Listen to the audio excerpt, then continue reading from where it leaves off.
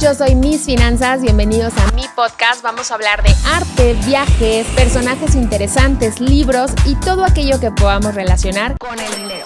¿Cuál es la misión de este podcast? Aprender. Bienvenidos. Hola mundo, bienvenidos a otro episodio de Mis Finanzas, el podcast. Y hoy tenemos a una mujer muy exitosa, Mariana Eguiarte, que actualmente es socia del despacho Sánchez Devanny y también recientemente administradora de la oficina Ciudad de México. Con más de 19 años de experiencia, bienvenida Mariana. Muchas gracias, Litzy, muchas gracias por la invitación y es para mí un honor estar con ustedes en el podcast. Y tenemos de este lado, para hacerlo más emocionante, a Luis Escobar, que también es especialista en finanzas personales. Bienvenido. Gracias, Litzy, Mariana, gracias por venir. Bienvenida. Muchas gracias. Y bueno, hoy vamos a hablar de un tema bien interesante que es el tema fiscal, obviamente con una experta en este tema, para conocer, a ver, de qué se trata todo esto, cómo ayuda, qué hace. Así que cuéntanos un poquito de tu trayectoria, Mariana. Claro, pues mira, nos podemos remontar muchos años atrás, pero voy a poner la versión resumida. Por suerte del destino, terminé dedicándome a los impuestos, desde que estaba estudiando la carrera. Realmente nunca me imaginé estar aquí, Yo cuando estudié Derecho nunca me imaginé que iba a ser fiscalista, pero tuve la fortuna muy grande de que, pues al caer en esta materia, es una materia que me gustó muchísimo. Y me gustó muchísimo porque es una materia que te hace estar actualizándote constantemente y es una materia que para los abogados es muy completa porque interactúa con muchas ramas del derecho. Entonces, tú como fiscalista tienes que ser también una especie de abogado generalista porque tienes que entender otros conceptos del derecho para poder asesorar correctamente a tus clientes. Entonces, yo como fiscalista trabajo muchísimo en el despacho, que somos una firma full service, que significa que vemos todas las áreas del derecho. Okay. Trabajo mucho con otros colegas de otras áreas para ayudarles en las operaciones. Claro, porque, bueno, lo que dices suena un poco técnico si no han tratado temas para personas morales o personas físicas con un fiscalista. Pero bueno, ¿qué hace un fiscalista para entender también cuáles todos los servicios que ofrece? ¿Qué haces tú como fiscalista? Mira, los fiscalistas, suena como tú dices, ¿no? A lo mejor suena una palabra un poco extraña para quien no está familiarizado con la materia, pero básicamente por ahí decían que hay dos cosas en esta vida, ¿no? Dos cosas en esta vida de las que no te puedes salvar, ¿no? La muerte y los impuestos, ¿no?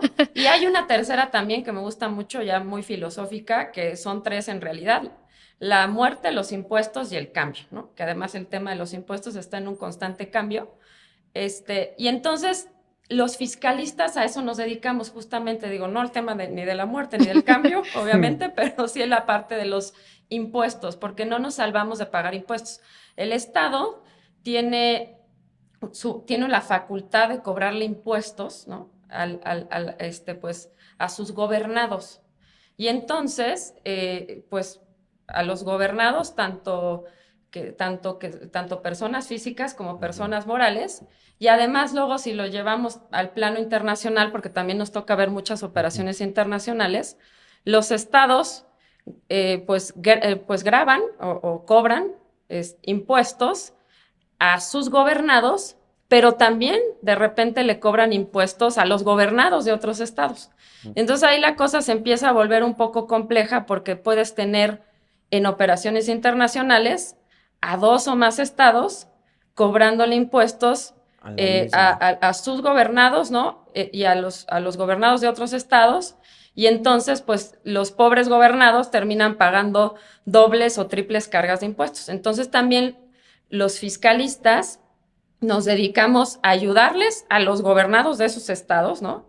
Concretamente, yo como fiscalista mexicana me encargo de ayudarle a los gobernados de México, que le llamamos técnicamente a los residentes fiscales mexicanos, personas físicas y morales, a dar un cumplimiento adecuado de sus obligaciones fiscales.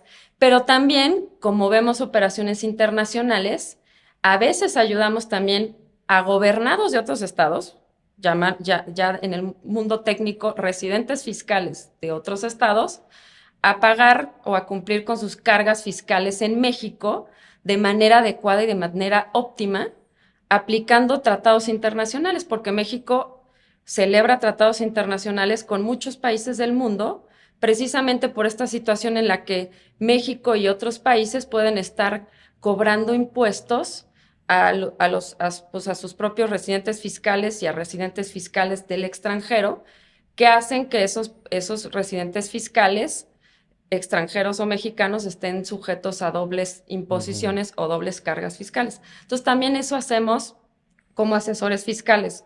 En resumidas cuentas, les podemos ayudar, ¿no? O les ayudamos a que dentro de esta situación en donde no te salvas de pagar impuestos, por lo menos los pagues de manera adecuada, de manera correcta y de manera óptima. Claro, o sea, si es una empresa extranjera o es una persona que viene a operar o a trabajar en México, pues a lo mejor no conoce las leyes mexicanas y entonces para eso estás tú como experta para que pueda pagar impuestos correctamente aquí, no se mete en problemas con Hacienda y también correctamente allá. Entonces, además, es internacional, ¿no? Ahora, un punto importante del tema fiscal es que la gente eficiente, ¿no? Sus recursos, aprovechando como todo esto que puede sí hacer deducible, que puede generar un valor agregado tanto como persona física como moral. Aquí habría que explicar que persona física, pues es una persona que no tiene una empresa, que es el mismo, ¿no? Y una persona moral, pues es una empresa. Ahora, para poder hacer eficientes sus recursos y a lo mejor tener algunos beneficios de acuerdo a lo que tú haces, que eres la experta, para poder, pues sí, cumplir con sus obligaciones fiscales, pero de una mejor manera. Sí, correcto. A ver, y a lo mejor no buscando ser tan técnicos, efectivamente, o sea, dentro de toda esta parte de ayudar a las empresas y a las personas físicas a cumplir adecuadamente con sus obligaciones fiscales, pues vienen, digamos que dos aspectos específicos en la asesoría, ¿no? Digamos, dos caras de la moneda, ¿no? En términos generales, las personas físicas y las personas morales pagan sus impuestos en base a los ingresos menos las deducciones, ¿no? En el caso de las personas físicas, a lo mejor se vuelve un poco más los que operan bajo un régimen de sueldos y salarios o de asimilados a salarios, tienen mucho más restringidas esas deducciones, ¿no? Que se llaman deducciones personales y que están inclusive topadas por la ley. Y en el caso de las personas morales, pues las deducciones no es que estén topadas, pero sí tienen que cumplir con un requisito fundamental, que tienen que ser estrictamente indispensables para poder generar ingresos a esa persona moral. Entonces, precisamente porque los impuestos los pagas considerando tu base fiscal, y esa base fiscal son ingresos y deducciones. El punto, y creo que por eso es muy bueno tu comentario, Litsi, porque el punto específico y medular en donde logras optimizar cargas fiscales es precisamente en el tema de los ingresos y en el tema de las deducciones. Hay que hacer un análisis, si me voy, yo sobre todo asesoro personas morales, pero en el despacho también asesoramos personas físicas y tenemos un área muy importante que se encarga de ayudar a personas físicas a cuestiones de planeación patrimonial. Pero en el caso de personas, de la asesoría a personas morales, uno de los temas importantísimos va de la mano con la cuestión de las deducciones. Que las deducciones, muchas veces lo que nosotros ayudamos a nuestros clientes a hacer es cerciorarnos, porque claramente al fisco, ¿no? No le gusta que que tengas más deducciones de las que ellos consideran que son las correctas para haber generado el ingreso que tú estás como persona moral declarando. Entonces, un aspecto fundamental es tener mucho cuidado que las deducciones que las empresas están tomando sí tengan la calificación de estrictamente indispensables y que además hay otro concepto que no nace de la ley, sino que ha nacido ya más de los temas de auditorías de las propias autoridades fiscales y que ya es un concepto que se ha venido desarrollando a nivel de auditorías y a nivel también de, digamos, de precedentes judiciales, que es la cuestión de la materialidad de las operaciones. ¿Qué significa eso? Como su nombre lo indica, materialidad quiere decir que sea, digamos, que de alguna manera sea tangible, ¿no? Okay. Sobre todo en el tema, por ejemplo, de los servicios, porque sucede mucho que las empresas pagan muchos servicios.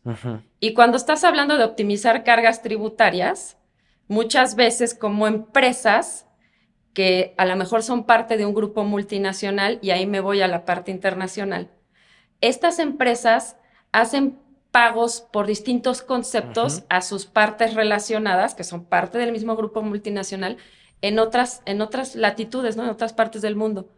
Y sobre todo muchos de estos pagos a lo mejor tienen que ver con servicios.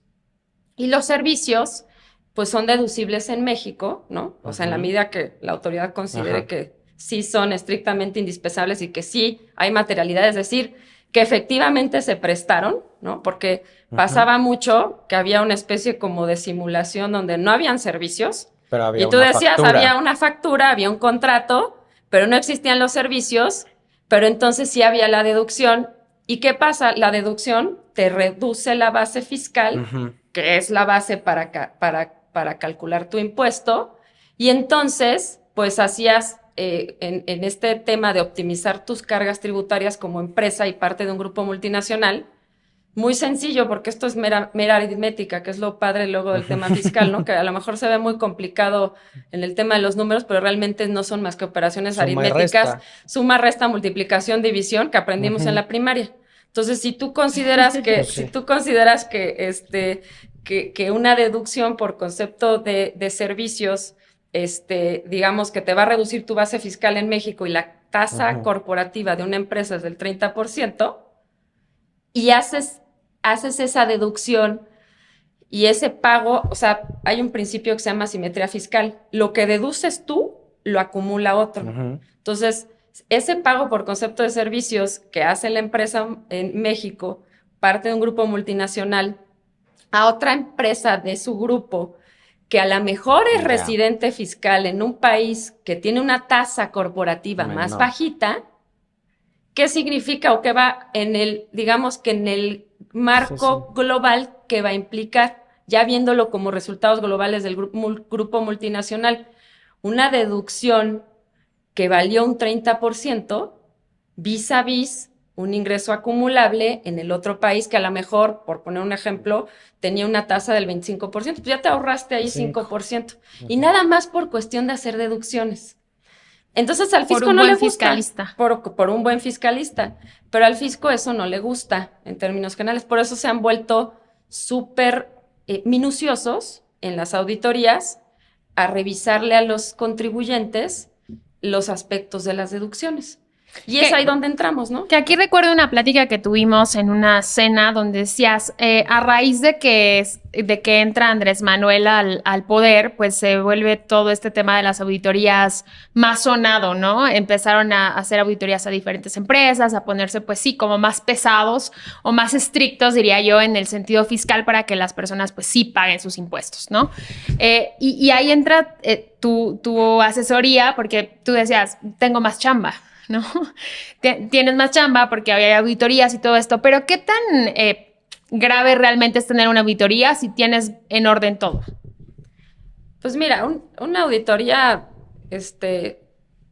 a ver, siempre, yo te diría, siempre es grave tener una auditoría en el sentido de que a nadie le gusta ser revisado, ¿no? Por más que te portes bien, pues no está padre que me cuestiones. que te estén cuestionando, ¿no? Mi dinero. No, exacto. Claro, pues oye, hay un principio que se llama el principio de autodeterminación, ¿ok? Ese principio quiere decir que los contribuyentes tienen el derecho, ¿no?, a calcular sus impuestos en base a los elementos que ellos tengan.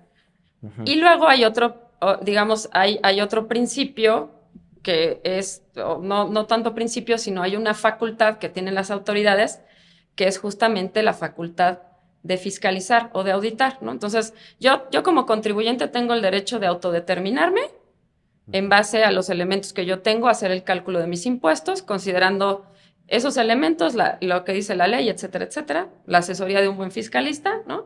Y luego el fisco tiene la facultad de auditar las operaciones, ¿no? O de revisarme a mí como contribuyente. Siempre es grave una auditoría en el sentido de que, pues, claramente, por más que yo tenga el derecho de autodeterminarme, pues siempre puede venir un tercero a decirme, oye, pues fíjate que eso no era indispensable. Que eso no era indispensable. Oye, fíjate que no hay materialidad en los servicios, ¿no? Y llegas a un punto, nos han tocado auditorías tan absurdas, digo ya de risa, en donde hay un servicio de transporte, se los juro, o sea, es real, que se está tomando la deducción y pues el fisco dice, a ver, para que me enseñes la materialidad, o sea, que efectivamente se prestó ese servicio, por favor, pásame la identificación del chofer, ¿no? Que era el que iba manejando el camión. Cuestiones de esas, ¿no? Wow. Que ya son cuestiones ya más prácticas, ¿no? Que además hay que recordar que las auditorías, a ver, claro, formalmente son realizadas por el Estado a través del Servicio de Administración Tributaria, que tiene diferentes administraciones que se encargan de la fiscalización, pero materialmente las realizan humanos, ¿ok? Humanos como nosotros, ¿no? Que tienen diferentes criterios. Sí, sí. Entonces, a cada auditor se le va a ocurrir cualquier locura para poder, pues digamos que para poder de alguna manera cuestionar. Entonces, ponerte en jaque. Ponerte en jaque. Ahora, regresando al punto que tú mencionabas, Litsi, del tema del gobierno, ¿no? Que seguimos diciendo el nuevo gobierno, ya no es nuevo gobierno, ya ¿no? Se va a ir. Ya se va a ir. No, ya se va a ir y seguimos diciendo que el nuevo gobierno y la nueva administración y demás, etcétera. Sí es una realidad, a ver, los fiscos por naturaleza, y alguna vez me lo decía esto un cliente, ¿no? Porque yo le decía a este cliente, oye, fíjate que le empiezo a justificar, ¿no? Fíjate que, ¿no? Pues la autoridad fiscal mexicana es durísima, ¿no? Te cuestiona todo, etcétera, etcétera. Y me dice, Mariana, no me digas eso. Yo veo otros mercados, y él se encarga de mercados emergentes en este grupo multinacional, entre ellos la India, que es México. México sigue los ejemplos de la India, y la India es de los países que se consideran que se considera un país en donde la autoridad fiscal es altamente cuestionadora de temas, ¿no? Es altamente agresiva. Y entonces, pues él me decía, Mariana, no me digas que la autoridad fiscal mexicana es agresiva, porque todas las autoridades fiscales son agresivas. Entonces, la realidad es que la autoridad fiscal mexicana siempre ha sido agresiva, ¿no? Claro.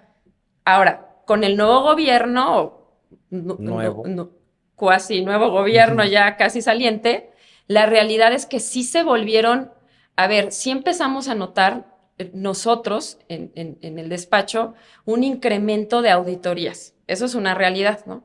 De a lo mejor sí estar atendiendo muchas auditorías con otras administraciones, con otros gobiernos, ahora se empezaron a exacerbar las auditorías, ¿no? Y esto pues tiene, yo creo que también mucho que ver con la necesidad de recaudación, ¿no? Sobre todo, pues consideramos que de repente el tema de estar cubriendo tantos programas sociales, pues de algún lugar tiene que sacar el gobierno recursos, claro, ¿no? Para poder, pues para poder conseguir lo que requiere para cubrir esos programas sociales, por ejemplo, ¿no? Y siempre viene la misma típica queja, ¿no? Que siempre es a los contribuyentes cautivos, ¿no?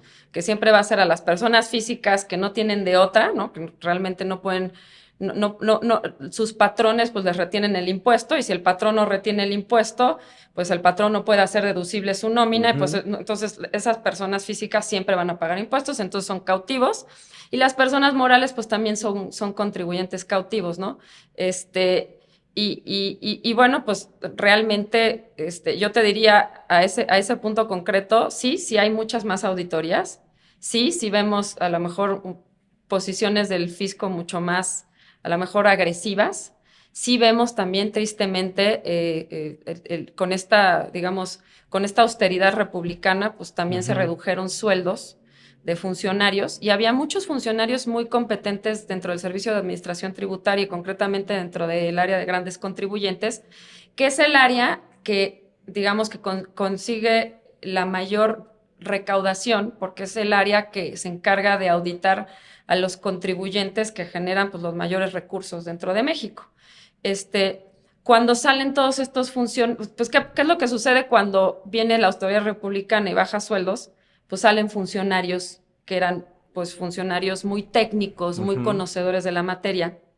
Y entonces pues empieza a quedar gente que a lo mejor no es tan técnica, no es tan conocedora. Y entonces, ¿qué sucede? O sea, ya dentro de las auditorías ya no solamente ves una cuestión de un fisco agresivo, sino tal vez inclusive un fisco que le faltan de repente algunas tablas, algunos conocimientos técnicos de la materia que pues de repente pues provocan a lo mejor auditorías sin sentido. Como lo que mencionas del transporte. Exacto, correcto. O resoluciones, o sea, a las auditorías también sin sentido, ¿no? Y entonces se vuelve todavía más fundamental, ¿no? El tener un buen asesor que te ayude, pues, primero a cumplir correctamente lo que decías, no te gusta que sea revisado, pero, pues, ante la posibilidad de ser revisado, sí tener todo en orden, ¿no? Para que el día que seas revisado, porque pues ahora sí que a todos nos alcanzará el destino, a todos nos alcanzará el destino, entonces todos en algún momento van a ser revisados, ¿no? Sobre todo hablo de personas morales, ¿no? A lo mejor en el caso de personas físicas puede ser un poco diferente, pero todas las personas morales en algún momento podrán ser revisadas, ¿no? Entonces, no hay que hacerle al valiente, hay que mantener bien documentadas las operaciones, hay que tener toda la contabilidad en orden, para que si eres auditado, pues por lo menos puedas dar buenas explicaciones y sobre todo también, pues ya en el momento de ser auditado, pues también desde el principio buscar un asesor que te ayude, ¿no? Porque pasa mucho en las empresas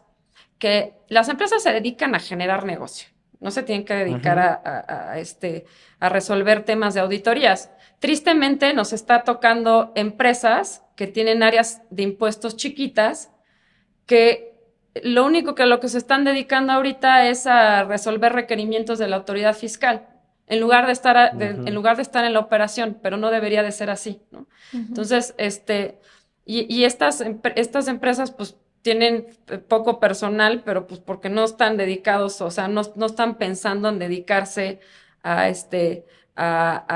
ayudar o sea, vamos, a que este personal se dedique a ayudar en las auditorías, ¿no? Entonces, aquí lo importante es en ese momento, en su momento que haya una auditoría, pues no tratar tampoco de hacerle al valiente como empresa y decir, ay, bueno, pues con mi propia área in-house lo veo, porque ellos se dedican a operar, ellos no son asesores, ellos no están en el día a día de esto, ¿no? Que además cuando creas una empresa, justo lo importante también es delegar, no puede ser el dueño de la empresa y el director y el fiscalista, no, o sea, es importante hacer... el vendedor.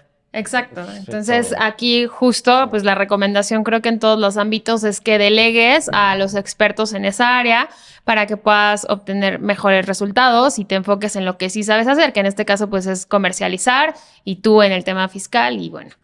Exacto. Oye, yo tengo una duda. A ver. O sea, hablamos todo el tema de impuestos y demás, pero ¿cuál es la diferencia para que todo el mundo lo capte muy bien entre un fiscalista y el contador? ¿O qué tan de la mano pueden trabajar? Porque yo conozco, o sea, tenemos muchos clientes que al momento de tomar decisiones de temas deducibles lo vemos con el contador y no con su fiscalista. Desde tu punto de vista, ¿por qué hay empresas que solamente tienen un área contable pero no un despacho fiscal dentro de su empresa o contratado como ustedes como servicio? Sí, es una excelente pregunta y qué bueno que la haces. Mira, a ver, yo te diría, los fiscalistas pueden ser contadores o abogados, ¿no? O sea, realmente el concepto de fiscalista es el que, pues, el que conoce la materia de los impuestos, ¿no?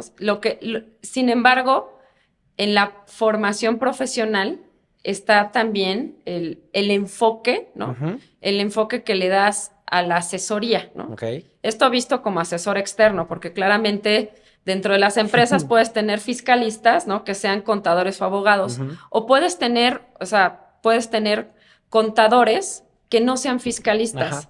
Y abogados que no sean fiscalistas. Ok. No sé si me doy a Sí, entender. sí, sí. O sea, tienes el fiscalista puede ser un contador o puede ser un abogado o puede ser ambos, ¿no? Hay en el medio fiscal, hay contadores que después estudiaron derecho o abogados que después estudian contabilidad, Ajá. porque digamos que es la mancuerna perfecta.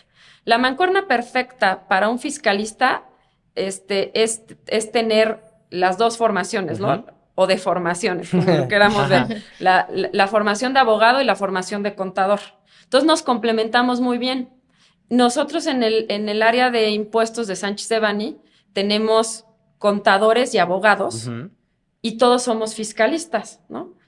Tenemos abogados de todas las otras materias que no son fiscalistas, ¿no?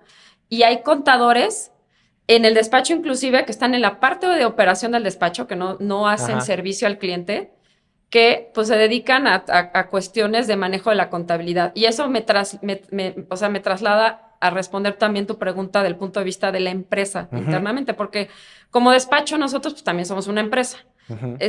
Una empresa puede tener a los contadores que se van a encargar de todo el aspecto de registro contable de las operaciones, cuentas por cobrar, cuentas por pagar, tesorería, contraloría, etcétera, etcétera, pero que no traen el enfoque de los impuestos. Y pueden tener, ¿no? Pueden tener también a lo mejor a alguien que sea formado como contador, que le conozca al tema de los impuestos y que entonces se va a dedicar a la parte de los impuestos, ¿no? El cálculo de los impuestos de la empresa, el pago de los impuestos de la empresa, etcétera. Exacto. Ahora, del punto de vista del asesor, el fiscalista contador va a tener un enfoque a lo mejor un poco más, ¿cómo te diré? A ver, poniéndolo mucho más en sencillo, los abogados no vemos tanto el tema de cálculos, ¿no? O sea, para que tú puedas entender el tema de los impuestos, tienes que claramente, pues, saber sumar, multiplicar, dividir, bla, bla, bla, ¿no? Pero a lo mejor no te manejas perfectamente los Exceles, etcétera, etcétera, ¿no? El contador maneja perfectamente eso porque esa es su formación, ¿no? Ellos están formados para hacer cálculos. Y los abogados estamos formados, y ahorita creo que lo mencionabas tú, Luis, hiciste una pequeña mención, estamos formados para leer la ley y para interpretarla. Esa es la formación de un abogado. Entonces, el abogado a lo mejor, como asesor fiscal, se encarga de hacer las interpretaciones, ¿no? Tomar posiciones respecto de interpretaciones posibles a la ley. Y el contador a lo mejor no va a poder hacer eso porque esa no es su formación. Y el abogado además tiene un componente adicional distinto del contador, que es el tema contencioso. Traducido todo esto al mundo fiscal, y ahorita que lo mencionabas tú, Litsi, tú mencionabas primero la parte de las auditorías. Las auditorías las atienden o las atendemos tanto contadores como abogados, fiscalistas. Cuando la auditoría se cierra y se convierte en un crédito fiscal, es decir, la autoridad emite una resolución donde impone un crédito fiscal al contribuyente, pasamos al mundo contencioso. Y ese mundo nos pertenece a nosotros los abogados, ¿no? Entonces, pues es en donde, vas a asesorar al cliente para que se vaya a un recurso de revocación en contra de la resolución, o se vaya a un juicio de nulidad, o primero se vaya al recurso y luego se vaya al juicio. Toda esa parte de diseño de estrategia legal de defensa la ven los abogados. Entonces, sí es una combinación importante y necesaria, no se puede, digamos, no se puede limitar. Sí. Es una materia tan amplia que cabe la necesidad de todo, ¿no? Y hay espacio para todos. Oye, bueno, ibas a decir algo. Sí, es que me parece como, a ver, como lo entendí, ¿no? O sea, el contador puede hacer muchas cosas o muchos registros, pero al final si va de la mano con un fiscalista que esté especializado como abogado, dices que fue como su alma mater, ¿no? va a poder ayudar por medio de las leyes a que muchas de las cosas que utiliza la empresa sí sean deducibles para obtener beneficios fiscales, ¿no? Creo que va un poco de ahí, de por qué entre más genera la empresa, entre más recursos tiene, podemos aprovecharnos como de todas esas cosas que independientemente de que se gasten, también tengan un beneficio fiscal. ¿Es correcto? Sí, sobre todo te diría, para concretar ese punto, el tema de... Hay veces, y no quiero entrar a detalle, pero hay veces en que alguna ley tiene distintas interpretaciones, ¿no? Claro. Ujú. Y la interpretación A te lleva a lo mejor a un resultado más óptimo para la empresa que la interpretación B o la interpretación C. Pero a lo mejor la interpretación B es un intermedio, que no te lleva a tanto ahorro fiscal, y la interpretación C es de plano hiperconservadora. En donde entramos nosotros como abogados es en hacer un análisis de riesgo, Ujú. ¿no? Oye, a ver, de cara a una posible auditoría, en base a la experiencia que tenemos de ayudar a clientes en auditorías, y de cara a un posible litigio, ¿cómo se ve tomar la posición A, la posición B Es más o la factible. posición C? Nosotros le decimos al cliente, en la posición A tienes X, Y y Z beneficios y estos riesgos, porque a lo mejor es la Ujú. menos conservadora, pero tienes estos elementos de defensa. Y en la posición B también, en la posición C. Y entonces, eso es lo que nosotros hacemos. Y le damos un reporte al cliente y el cliente, ahora sí, al cliente le toca hacer algo que se llama decisión de negocios. Tu cliente decide, en base a todos estos elementos que ya te di, qué quieres hacer. Sí, a ver, tú le pones unos escenarios. Si él, Exacto. por X razón, decide el escenario, a lo mejor, como dices, un poco más arriesgado y no tan conservador, y hay una auditoría, ya no es tu culpa. Tú le diste, pues, los 3 escenarios, y si tú te vas por la más arriesgada, pues, digo, al final Pero que lo ninguna estás está mal, ayudando exacto. O a sea, minimizar el riesgo, por supuesto, exacto. con Y el tema de la ninguna asesoría. opción del camino A, B o C, pues, está fuera del marco de la ley. Es correcto, Exacto. o sea, ninguna está fuera del marco de la ley, porque, y creo que lo dices porque los fiscalistas serios Ajá. asesoramos en el marco de la Es ley. que, perdón que te interrumpa, hay un tema o hay como una especie de tabú en la sociedad donde estrategias fiscales suena como a muy gris, como a un área muy tenebrosa donde nadie se quiere meter, pero la realidad es que, pues, como dices, es solo interpretar a través de ciertos criterios dentro del marco de la ley, porque muchas veces, no sé, digo, tenemos clientes que dicen, es que yo tengo otras estrategias fiscales, pero luego te cuento. Pues, ¿qué estás haciendo? O sea, ¿por qué no me... ¿Cuál es tu estrategia tan misteriosa que no la puedes compartir tan fácil? Entonces, qué bueno que estamos platicando porque sí creo que el tema de estrategias fiscales es tan normal como decir, pues tengo un contador, ¿no? Es correcto.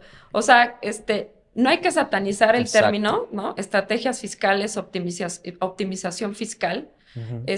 Porque todo esto es una especie de economía de opción, ¿no? O sea, Ujú. tú finalmente puedes llegar al resultado deseado a través de diferentes caminos, ¿no? Y si un camino te representa a lo mejor menos gasto y más ahorro fiscal, Ujú. pues, ¿por qué no poder tomar ese camino, no? Esos son cuestiones de estrategias fiscales, pero todas desde el marco de la ley, donde la cosa se empieza a poner escabrosa y a lo mejor por eso de repente has escuchado, y yo también, o sea, me ha tocado también, es más, me han tocado clientes Ujú. que tocan a mi puerta y llegan y se sientan conmigo y me dicen, fíjate que llegó alguien a plantearme esta estrategia fiscal, Ajá. ¿no? Y cuando le empiezas a analizar, dices, no, hombre, esta estrategia fiscal está llena de, pues, digamos, de simulaciones, Ujú. vamos, que al final del día se podrían llegar a interpretar inclusive como estrategias que llevan a una defraudación fiscal, Ok. que ya cuando pasamos al tema penal fiscal, Ujú. ya es un tema muchísimo más delicado, ¿no? Hay que tener mucho cuidado con eso, Ujú. porque puede ser un tema gris, como Ujú. bien lo dices, y también por eso de repente a lo mejor el tema de los fiscalistas se ha vuelto, de repente existe la falsa percepción, ¿no? De que Ujú. el fiscalista es un mago, ¿no? Ajá. A ver, no, no, señor, nosotros no somos magos. Ajá. Nosotros podemos llegar a un resultado a veces en base a lo que, como tú bien dices, en base a lo que diga la ley, ¿no? Y en base a lo que diga la ley podemos tomar diferentes interpretaciones, pero no podemos ir más allá. Cuando llega un fiscalista a decirte que como mago te va a ahorrar impuestos, foco rojo y mejor cambia de fiscalista. Que te hablen a ti. Ahora, Que me hablen a mí. O a un fiscalista serio, pero por favor cambien de fiscalista. Bueno, que en Sánchez de Bani tenemos fiscalistas serios. Exacto. Te iba a decir que el tema de los impuestos también se ha vuelto como un tema de que la gente trata de no pagar impuestos, ¿no? Cuando en realidad, o sea, ¿por qué nacen los impuestos? Porque es como esa aportación que tú haces para que haya un bien social, que es, pues, digo, sí sé que hay muchas fallas en México, es algo que también hay que mencionar, ¿no? Pues si no te gusta que esté lleno de baches y etcétera, y la delincuencia.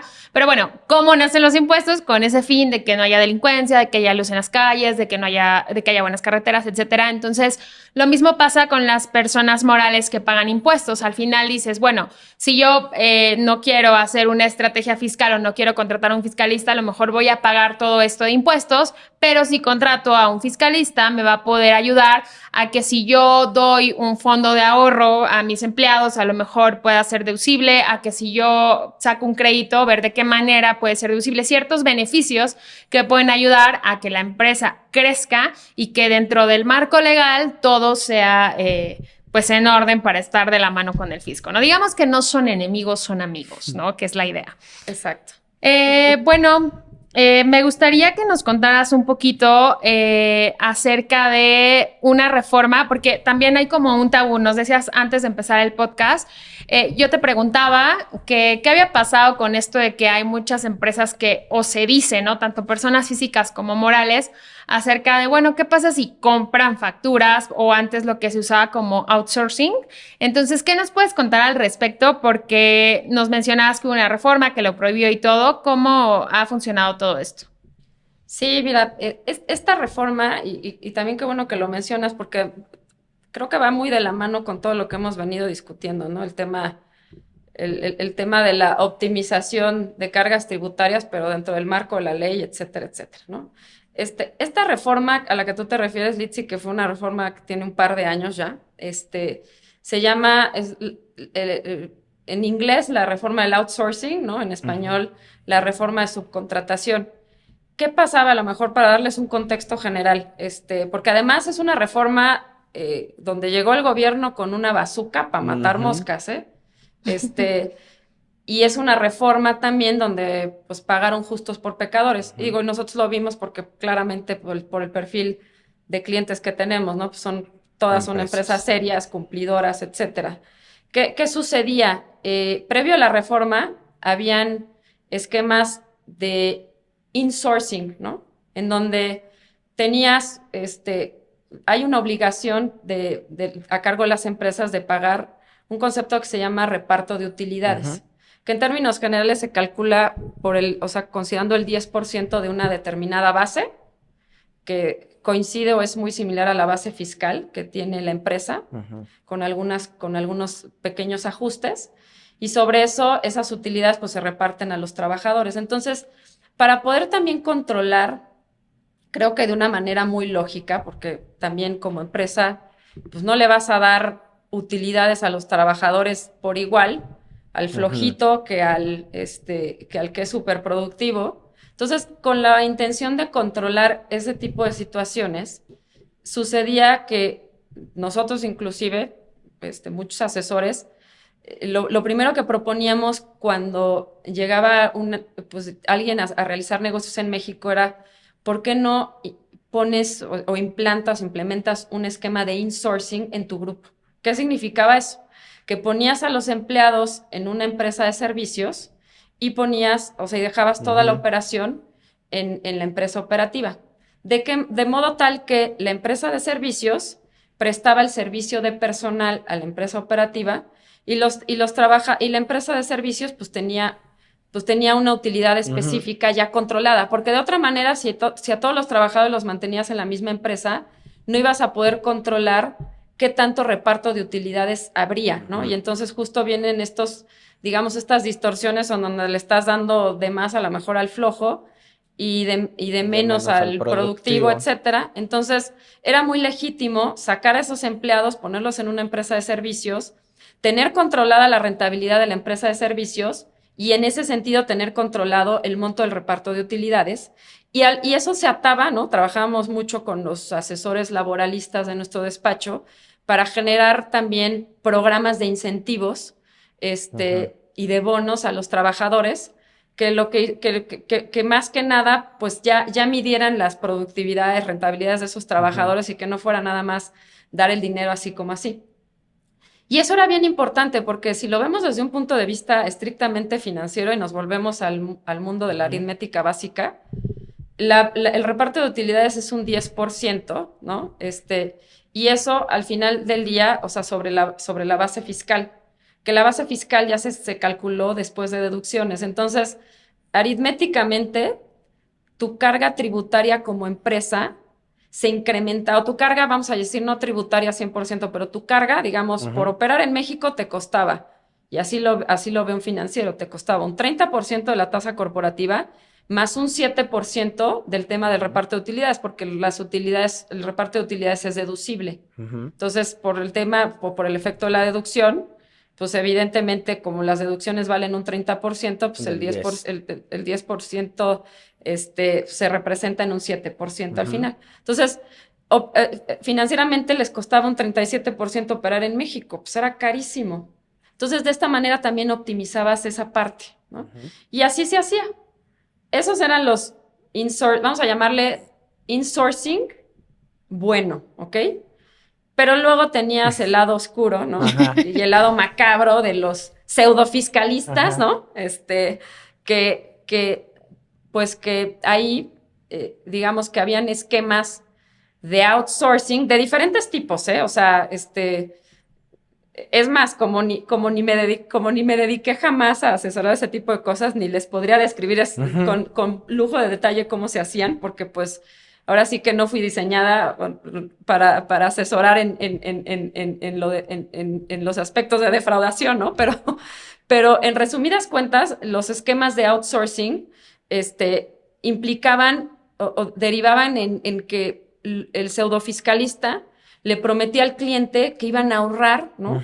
En cuestión de retención de impuestos a los trabajadores, que iban a ahorrar en cuestión de reparto de utilidades, en cuestión de contribuciones de seguridad social, etcétera, etcétera. Entonces, en este tipo de esquemas defraudatorios, lo que pasaba es que tenías empresas terceras ya fuera del grupo, ya no es el insourcing. Cuando hablas de insourcing es dentro del grupo, una empresa operativa y una de servicios.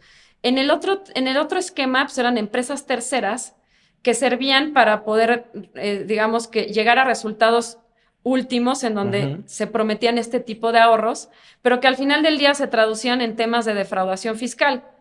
¿Por qué temas de defraudación fiscal? Porque el hecho de no pagar correctamente las retenciones de los trabajadores y de no pagar contribuciones de seguridad social es un delito. Y sin embargo, pues los pseudoasesores llegaban y prometían este tipo de esquemas. Pero pues eran los menos, ¿no? O sea, eran los menos. Que además, bueno, tú lo dices en el tema fiscal, pero también afectaba a los empleados, ¿no? Mucho. Porque no tenían ningún beneficio, no podían generar antigüedad, se daba mucho esto de que, o sea, como que contratabas un outsourcing y estaban un tiempo y luego como que los corrías y los recontratabas. Pero mira, es que ese tema es súper importante y de verdad, otra vez qué bueno que esté este podcast, porque muchas personas, colaboradores o empleados de empresas, preferían ese esquema porque recibían más dinero a cambio de menos beneficios. Correcto. ¿No? Entonces... Tangible. Sí, tangible, claro. Sí, que a lo mejor era una visión cortoplacista, ¿no? Porque era, a ver, eran esquemas que, como bien dicen, no solamente afectaban al gobierno en el sentido de que el gobierno estaba recaudando menos retenciones de trabajadores y también menos contribuciones de seguridad social, pero también afectaban a los trabajadores precisamente porque o bien de plano nos íbamos al extremo en donde ni ganaban más, ni tenían un beneficio inmediato, o bien pasamos a los esquemas como los que tú describes, Luis, donde había a lo mejor un pequeño beneficio inmediato, ¿no? Que era lo que hacía que fuera de alguna manera atractivo para estos trabajadores también estar en este tipo de esquemas defraudatorios. Entonces, ¿qué sucedió con esta reforma del outsourcing? El gobierno dijo, pues, nada.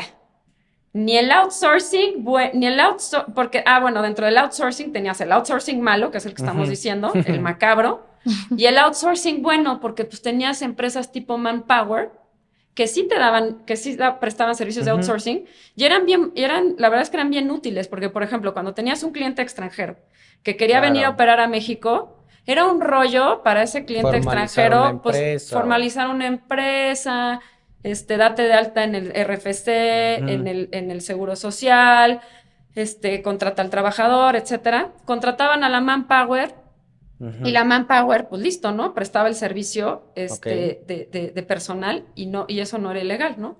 Pero que entonces tenías el outsourcing bueno, el outsourcing macabro, ¿no? Y el insourcing, que pues al final del día, pues vamos a ver, también es bueno, ¿no? Por todo esto que les estoy platicando. El gobierno, ¿a dónde debía de atender esta reforma realmente? Pues debía de haber atendido únicamente, pues a darle al traste al outsourcing macabro, ¿no? Sí. Pero no a los otros, no al outsourcing bueno ni al insourcing, porque realmente pues estos no eran esquemas de defraudación, simplemente formas naturales de operar, ¿no? ¿Qué sucedió? El gobierno dijo, no, se acabó el outsourcing, ¿no? O sea, el outsourcing, malo, macabro, angelical, bueno, malo, macabro, angelical, insourcing, lo que sea, se acabó, ¿no?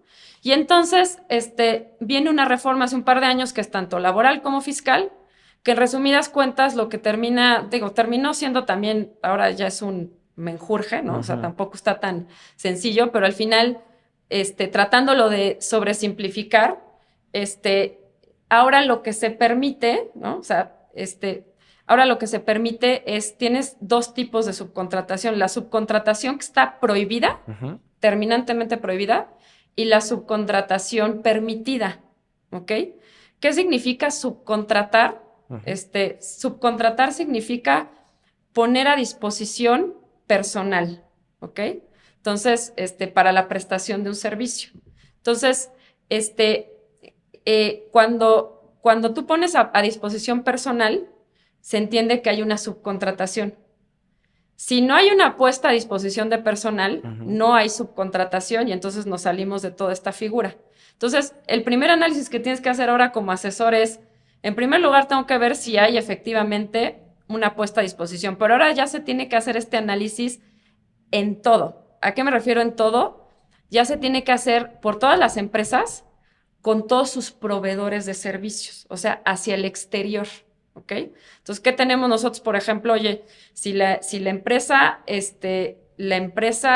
X tiene proveedores de distintos tipos de proveedores de servicios, ahora tienen que hacer un análisis para poder verificar, primero que nada, si hay subcontratación. Es decir, si estos proveedores de servicios están poniéndole a disposición personal a la empresa, ¿ok?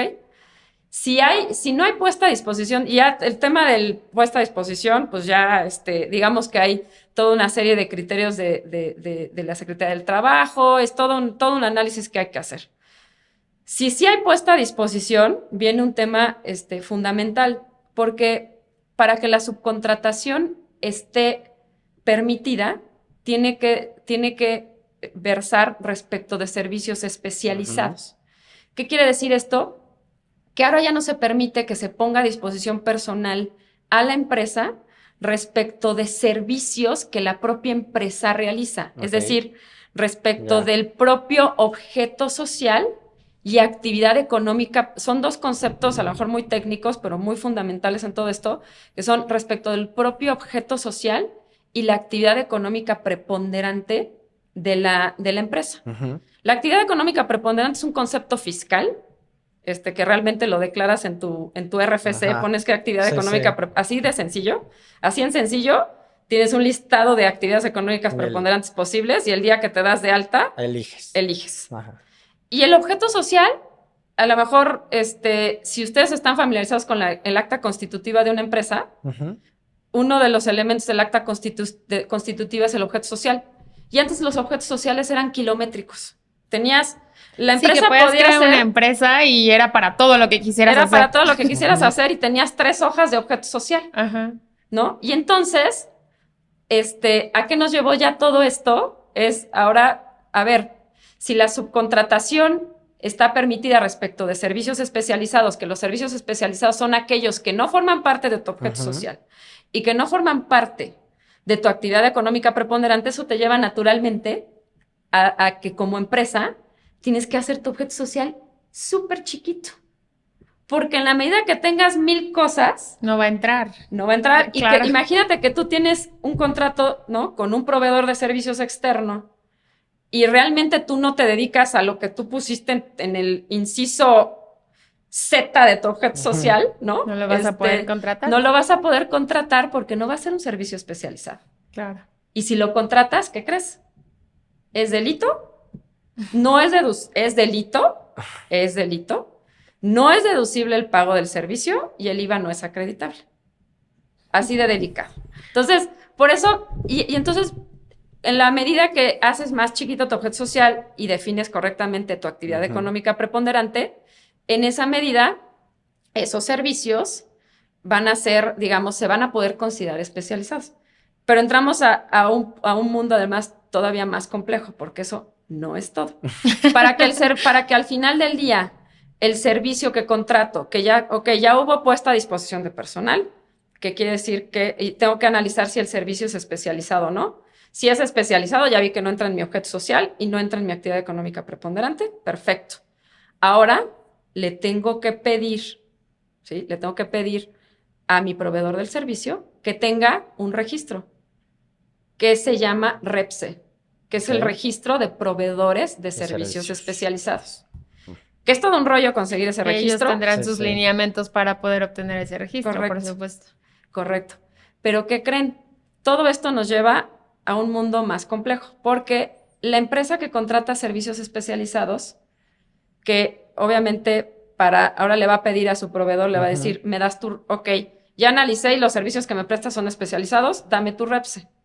Ahora esta empresa va a tener, la contratante de los servicios, va a tener la obligación, tiene la obligación de conseguir, digamos, del prestador de servicios toda la documentación e información necesaria para soportar que efectivamente el prestador de servicios está cumpliendo con sus obligaciones de seguridad social y de retención de impuestos a los empleados que están específicamente destinados para prestarle el servicio a la empresa beneficiaria de servicio. ¿Por qué? Precisamente por lo que estábamos platicando, porque originalmente habían estos esquemas defraudatorios y entonces ahora lo que le interesa al gobierno es cerciorarse que el que está recibiendo un servicio con una puesta a disposición de personal que califique obviamente como esta subcontratación permitida, que es la relacionada con servicios especializados, donde el proveedor tiene un REPSE, pues ahora la empresa contratante del servicio tiene que tener todos los elementos también en su contabilidad, como parte de su compliance, para cerciorarse que efectivamente el prestador del servicio está cumpliendo con sus obligaciones y se vuelve solidaria responsable del cumplimiento de esas obligaciones también. Por eso también se vuelve bien delicado tú como asesor, porque tampoco puedes andar a diestra y siniestra diciéndole a tus clientes, oye, mira, pues del 100 por todos, porque hay empresas que tienen, pensemos en empresas que tienen cientos de proveedores de servicios. Si tomas la posición respecto de todos ellos que hay puesta a disposición, para entonces sí llegar a la necesidad de analizar si hay servicio especializado, o sea, si hay servicio especializado o no, vas a tener un sobrecompliance, imposible. O sea, porque la empresa se va a tener que dedicar a conseguir toda esa información y se va a volver solidaria responsable de todos los trabajadores con los que los proveedores le están prestando servicios. Entonces, es un tema, ahora se volvió más complicado. Orden. Desde mi punto de vista, si ustedes me preguntan, Mariana, ¿y qué? ¿Ya con esto se resolvió lo de los factureros? No. ¿Qué creen? No. No, pero sí, las empresas ahora tienen una carga adicional, ¿no? Y un nuevo tema de compliance y una nueva cuestión, que es lo que tú decías de que hay que tener la casa en orden, por si hay alguna vez una auditoría, pues eso es una nueva cuestión de los aspectos fundamentales que hay que tener en orden por si hay una auditoría. Oye, mira, todo lo que está... A ver, suena muy bonito. O sea, y lo describes muy bien. De verdad, me ha quedado muy claro. Pero tengo dos dudas. Uno, A ver. pues, bueno, estoy como en una dualidad. Por una parte, pues, qué bueno creo yo que se está haciendo esto. Pues porque a lo mejor está como un poquito más regulado y más ordenado o más, pues más transparente, ¿no? Ujú, Pero por otro lado, pues sí que flojera hacer ujú, todo esto. Ahora, correcto. de este Para eso está el lado, para eso está fiscalista. el fiscalista, pero de este lado, dentro de la flojera, pues no, o sea, esta es una pregunta a lo mejor personal, una opinión más bien. Pues no es porque nos esperamos mucho tiempo para poner en regla todo. O sea, es todo esto que estamos haciendo no se pudo haber hecho, independientemente del que esté en poder, si lo hizo bien o porque lo quiso organizar y ordenar todo, pues está bien. Pero siento que como que se amontonó todo al último momento, entonces ahora tienes que poner en regla todo lo que no pusiste en regla o estuviste cuadrando de los últimos 15 o 20 años para atrás. ¿Tú lo, tú lo dices como del punto de vista del gobierno o lo dices del punto de vista de la Pues empresa? no, de los dos, a lo mejor de gobierno, porque al final las empresas pues también se están o estaban operando dentro de, pues si no, ahí dicen mucho, si no está prohibido, está permitido. Claro. Entonces el outsourcing pues no estaba prohibido y entonces está permitido. Pero ahora que ya está prohibido, pues ahora sí tienes que organizar y ordenar todo. Desde el punto de vista del gobierno, pues a lo mejor dijo, o sea, no sé, decía, oigan, pues les voy a poner en orden el desmadrito que estaban haciendo hace 30 años. Y las Ujú. empresas dicen, uy, pues sí, ahora tenemos que ordenar lo de hace 30 años. O sea, las dos. Mira, yo tengo, a ver, te lo contesto desde la perspectiva de las dos. Ajá. Del punto de vista de gobierno, Ujú, el tema, o sea, como lo decíamos hace un rato, ¿no? O sea, el tema del outsourcing fue satanizado por todos estos esquemas defraudatorios que sí existían, ujú. ¿no? Y que la pregunta o la duda prevalece respecto de si Si esta era bueno o reforma no. que se dio hace un par de años efectivamente es lo suficientemente robusta Ajá. como para poder impedir esos esquemas Ujú. o realmente lo único que terminó siendo o Una traduciéndose es cacería en de un brujas. sobrecompliance Ujú. para las empresas cautivas, ¿no? Que eso es lo de siempre, Ok. ¿no? O sea, las que siempre salen pagando Los los platos platos rotos. rotos, pues son los contribuyentes cautivos. Ujú, Yo creo, honestamente, creo que es la segunda, ¿no? Creo que al final estos esquemas defraudatorios siguen, de alguna manera siguen existiendo, ujú. ¿no? Sí. O sea, siguen existiendo y realmente las empresas son las que ahora tienen pues más obligaciones como las que les estaba yo Ujú. platicando, ¿no? Sí, porque aquí, por ejemplo, en temas que hablas, si realmente, bueno, esa es percepción, si realmente te dedicaras a acabar con el tema de las personas que quieren evadir impuestos, pues no te irías Sí, directamente con sabes las quiénes son, empresas. ¿no? O Hay sea, mucha yo creo gente que que lo no paga tienes bien impuestos. identificado. O sea, Sí, y yo te diría también eso que estás diciendo, creo que es muy cierto, o sea, de alguna manera se sabe quiénes son, exacto. ¿no?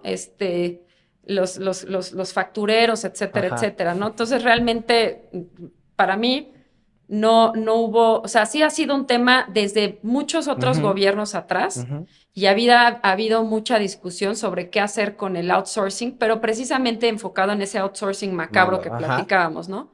Porque el otro outsourcing, ¿no? El de las manpower o el insourcing que comentábamos, realmente pues no era malo, pero Sí, pues funciona. como les decía, esta reforma fue una bazuca para matar una mosca, Ya. ¿no? Digo, no tan mosca, ¿no? Una mosca muy fea, Sí, ¿no? grande, de Y las grande, La verdes. ¿no? De abejorro. las verdes, ¿no? Sí. Ahora, del punto de vista de las empresas, yo más bien, ahí lo que te diría es que a las empresas les cayó como balde de agua fría esta Exacto. reforma. ¿Sí? O sea, Sí, sí, sí. ¿qué pasó hace el par de años que salió primero como iniciativa y ya después Ujú. porque además todavía tuvo un periodo de vacatio legis, que ya salió mi tema leguleyo, pero el vacatio legis es el tiempo en el que está publicada una reforma y el tiempo, o sea, y el tiempo en el que entra en vigor. Tuvo Ok. un periodo de vacatio legis durante el cual se estuvieron haciendo muchísimas reorganizaciones de empresas. Ustedes imagínense. Sí, sí. Imagínense toda la cantidad de empresas multinacionales que habían venido a hacer operaciones a México, que tenían esquemas de insourcing o que tenían El contratadas manpower. una manpower. Hubo que hacer reestructuras de Ujú. empresas de todos los sectores.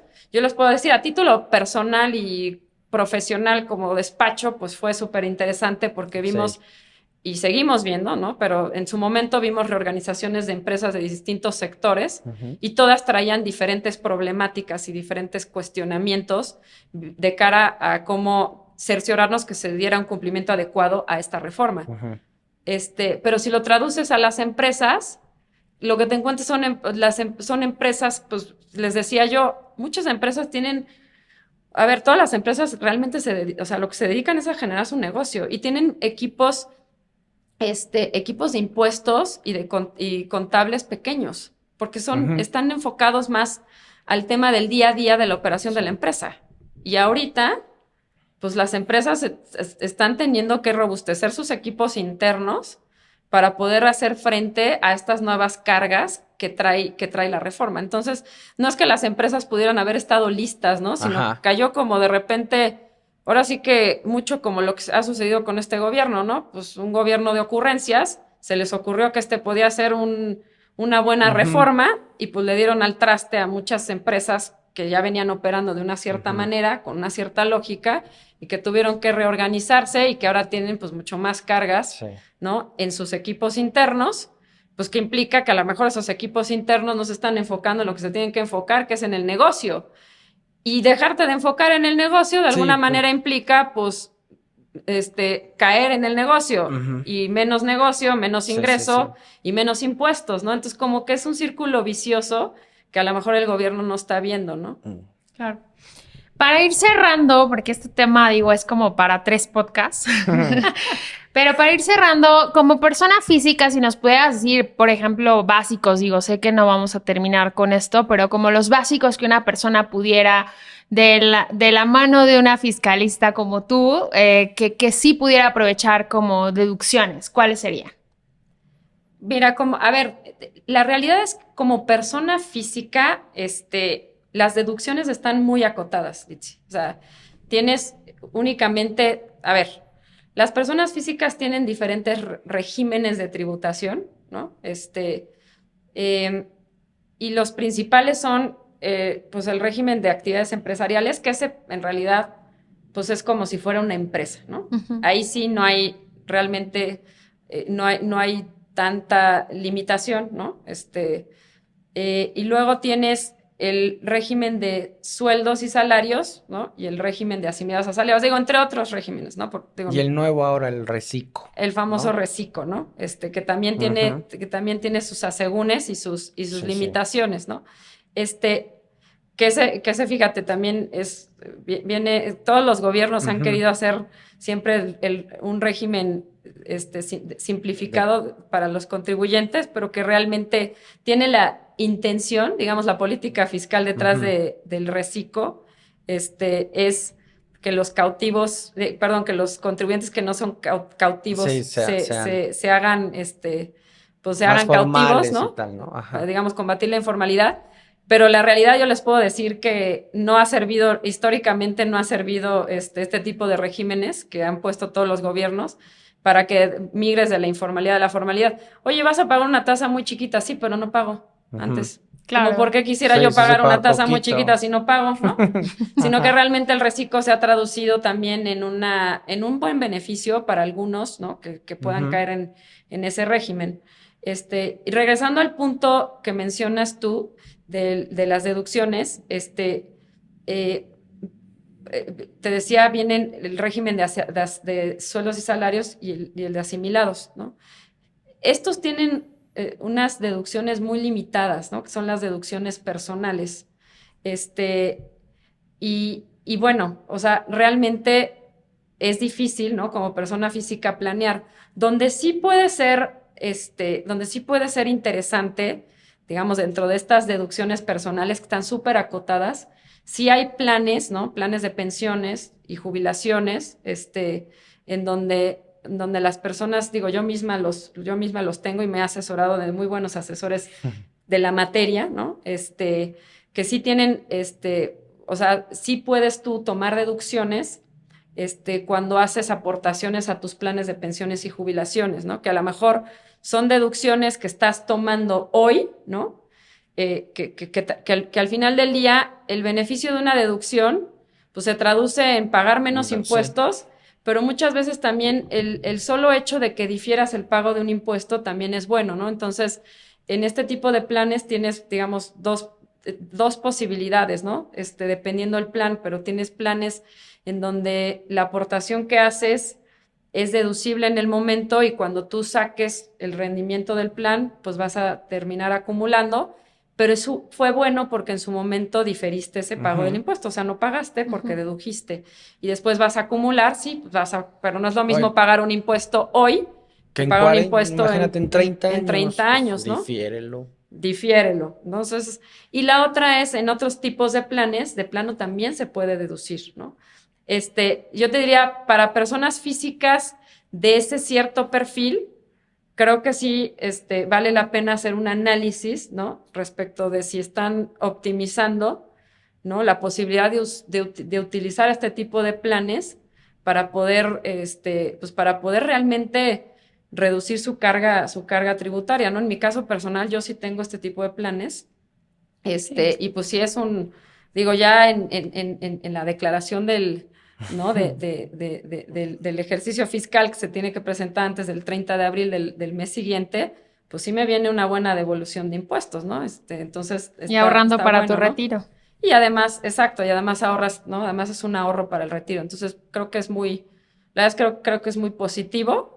Y bueno, ya traducido más al otro tipo de perfiles, porque en el despacho también asesoramos altos perfiles, pues ahí sobre todo donde viene la parte de asesoría importante es para las personas físicas que tengan inversiones en el extranjero.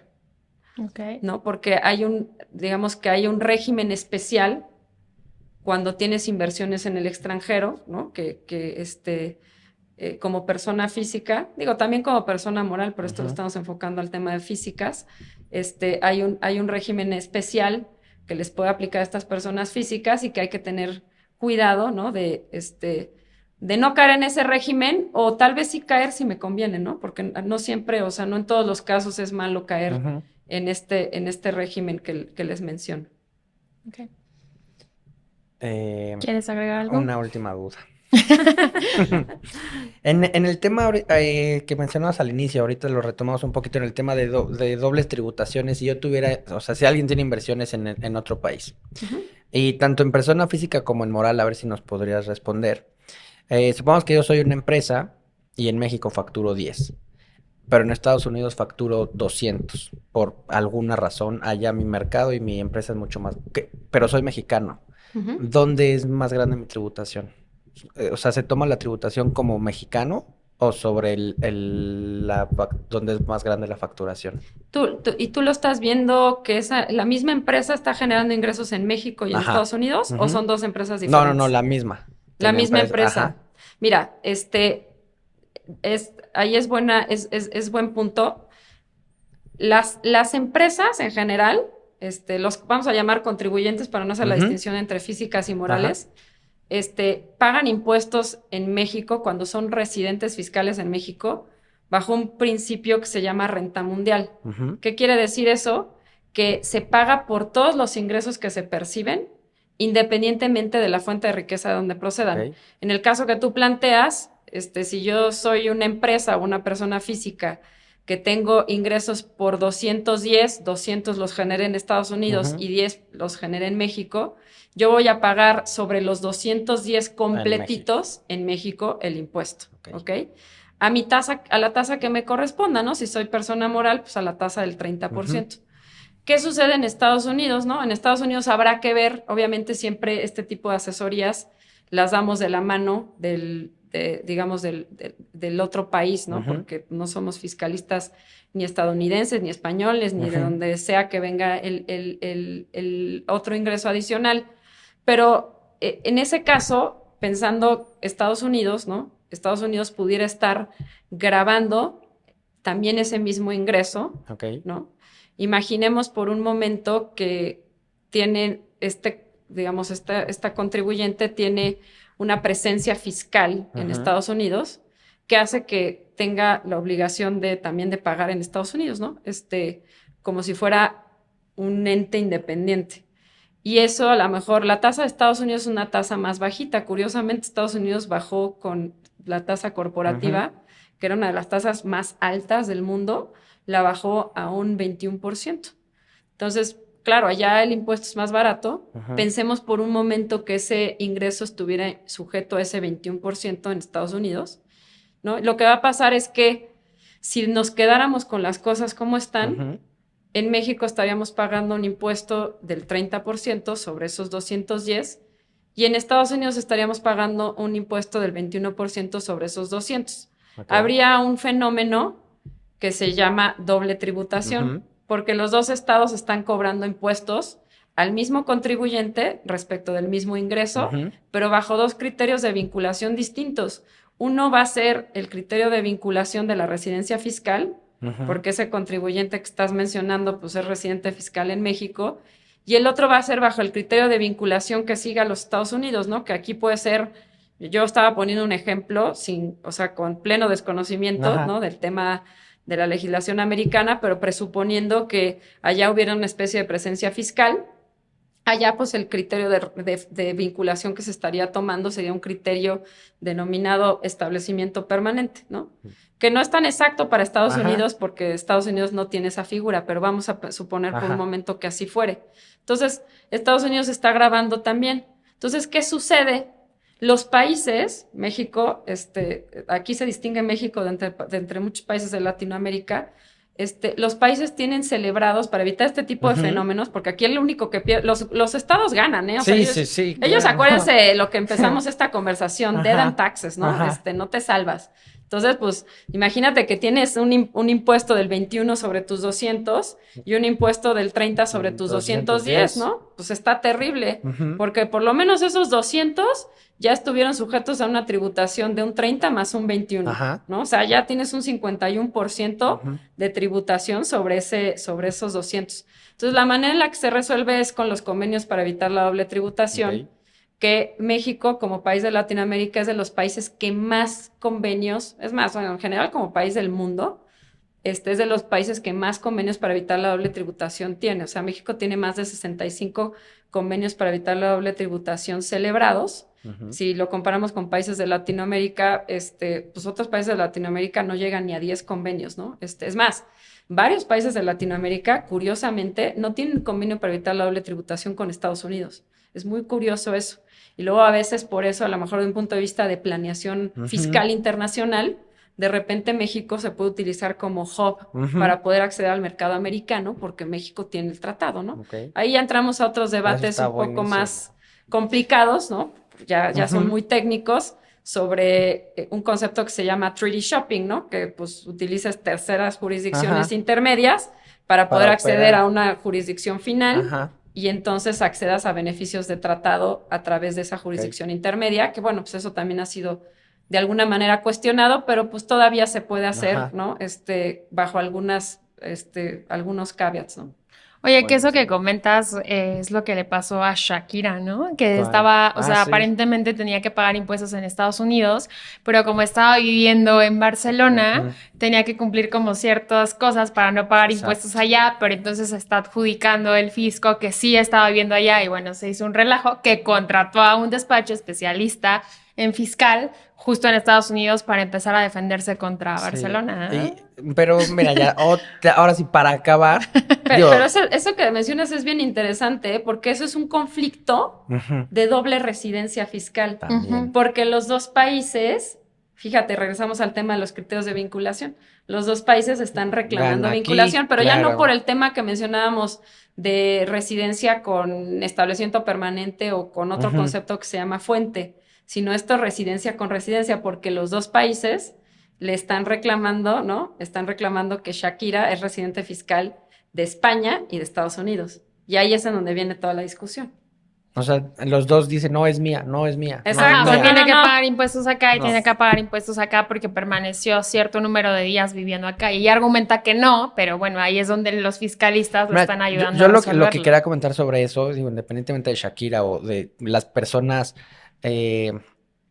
dos cosas. Uno, me sorprende que ese tipo de personas de tanto patrimonio, pues no tengan tan organizado, pues estos temas tan importantes. O sea, ¿por qué esperarte a hacer, o sea, que estalle la bomba para poder organizarlo? Entonces yo creo, a mí me gustaría cerrar con eso. No te esperes a que te estalle la bomba para poder organizar, poner en orden tu contabilidad, tu patrimonio, tu área finanzas. fiscal, tus finanzas. Correcto. Pues contraten a un buen fiscalista.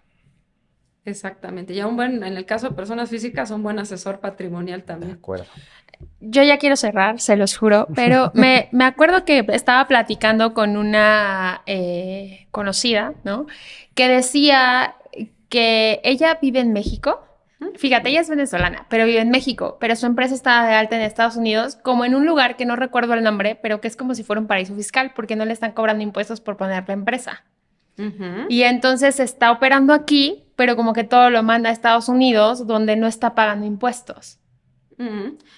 Puede ser, a ver, ahí puede ser Estados Unidos tiene un sistema tributario más complejo que el de México, y el impuesto sobre la renta se cobra a nivel federal y a nivel estatal. Entonces, cuando tú haces un análisis de dónde tienes tu presencia económica principal, ¿no? de esa empresa, puede ser en distintos estados. Por ejemplo, el estado de Texas no tiene impuesto estatal, ¿no? O sea, no tiene impuesto sobre la renta estatal. Sí tiene impuesto, o sea, todos pagan impuesto sobre la renta a nivel federal. Florida sí tiene un impuesto estatal, California sí tiene un impuesto estatal, etcétera. Entonces, ese puede ser a lo mejor alguna razón. A lo mejor en el caso de tu amiga también hay que pensar que, como les mencionaba hace rato, Estados Unidos tiene una tasa corporativa mucho más chica, mucho más baja que la mexicana. Y sí se está dando mucho ese fenómeno de tener operaciones desde los Estados Unidos, precisamente para poder optimizar la carga, ¿no? Porque no es lo mismo pagar un 30 aquí que pagar el 21 allá. Obviamente también hay que ver cómo está la estructura, porque de repente por reglas mexicanas pudiera darse digo, porque los fiscos no pierden, ¿no? O sea, pudiera darse la necesidad de que de todas maneras, por más que estás teniendo ingresos en la empresa americana, que quieras, obviamente, acuérdense que el tema también de diferir es bueno, ¿no? O sea, en la parte de optimización fiscal, tanto ahorrar como diferir, ¿no? Entonces, de repente México puede impedir ese diferimiento, obligando a lo mejor a reconocer esos ingresos porque están sujetos a una tasa de tributación muy baja, ¿no? Esa puede ser una. La otra es, Estados Unidos también tiene un régimen especial que salió con Trump, que es un régimen, o sea, que sus siglas son FDII, Foreign Derived Income, o algo así. La verdad no soy muy experta en el tema, pero básicamente ese tipo de régimen estaba enfocado a operaciones que estuvieran en un determinado sector. Y en ese tipo de operaciones, la tasa ya no es del 21%, sino del 13.125%, me parece. Okay. Eso todavía baja más, ¿no? Sobre todo este tema está enfocado más a cuestiones de aspectos de propiedad intelectual. Entonces, como baja la tasa al 13.125%, que es todavía un ahorro adicional, pues Estados Unidos con eso empezó a captar también empresas que estuvieran en ese sector. Y hay unos regímenes tributarios especiales que existen en muchos países de Europa, que son los patent box, ¿no? Que son regímenes enfocados a aspectos de propiedad intelectual que tienen tasas impositivas más bajitas. Entonces, a lo mejor, en el caso de tu amiga, también estaba acogiéndose a ese régimen. No es que no pagara o no es que no pague nada de impuestos, es que más bien, en sustancia, lo que seguramente está pasando con ella es que está teniendo una carga tributaria mucho más baja de la que tendría en México, lo que le está permitiendo hacer o sea, ella asumiendo es venezolana de nacionalidad, pero hay que acordarse que una cosa es la nacionalidad y otra cosa es la residencia fiscal. Puede ser nacional venezolano, pero porque tienes tu casa habitación en México, ya eres residente fiscal en México. Y entonces para ella le hace sentido tener sus operaciones en un país donde la tasa impositiva es mucho más bajita, porque difiere impuestos, nada más que donde la puerca tuerce el rabo, que es un principio general del derecho, ¿no? Donde la puerca tuerce el rabo es si llegaran a aplicarnos algún régimen antidiferimiento mexicano. Porque esos regímenes antidiferimiento mexicanos están precisamente diseñados para evitar que hayan inversiones en el extranjero sujetas a una tasa impositiva mucho más baja que la mexicana, con la intención de nunca traerse el dinero de regreso a México y hacer un diferimiento ad infinitum, ¿no? Entonces, esos regímenes ante diferimiento obligan a hacer un reconocimiento anticipado del ingreso y entonces te evitan diferir el impuesto. Entonces, también hay que analizar, a lo mejor hay que decirle a tu amiga que se contrate un buen fiscalista para ver si lo que está haciendo efectivamente vuela o no vuela, ¿no? Ya le pasé tu contacto. Pues muchas gracias, Mariana. La verdad es un tema que nos encanta porque además no me considero experta, obviamente, en el tema fiscal. Entonces somos muy curiosos y nos encanta todo lo que nos has compartido. Te vamos a volver a invitar para hablar, obviamente, más al respecto. Muchas gracias. Ahora, quisiera saber dónde pueden encontrar el despacho, si alguien quisiera información al respecto, por favor. Claro, no sé si en el podcast le vamos a poner los datos, pero le puedo ir poniendo aquí que van a encontrar mi correo electrónico, ¿no? Es mguiarte@sanchezdevani.com. Estamos ubicados enfrente de la iglesia de la Covadonga, sobre Avenida Paseo de las Palmas, y ahí estamos a las órdenes, lo que necesiten. No solamente en el tema tributario que estuvimos platicando para personas morales y también para personas físicas, sino también como despacho de abogados, pues podemos prácticamente asesorar en todos los aspectos de negocios de una empresa o de una persona física. Bueno, pues ya saben, Sánchez Devani y ella es Mariana Eguiarte. Muchas gracias, déjenos sus comentarios y nos vemos en el próximo episodio de Mis Finanzas, el podcast. Muchas gracias.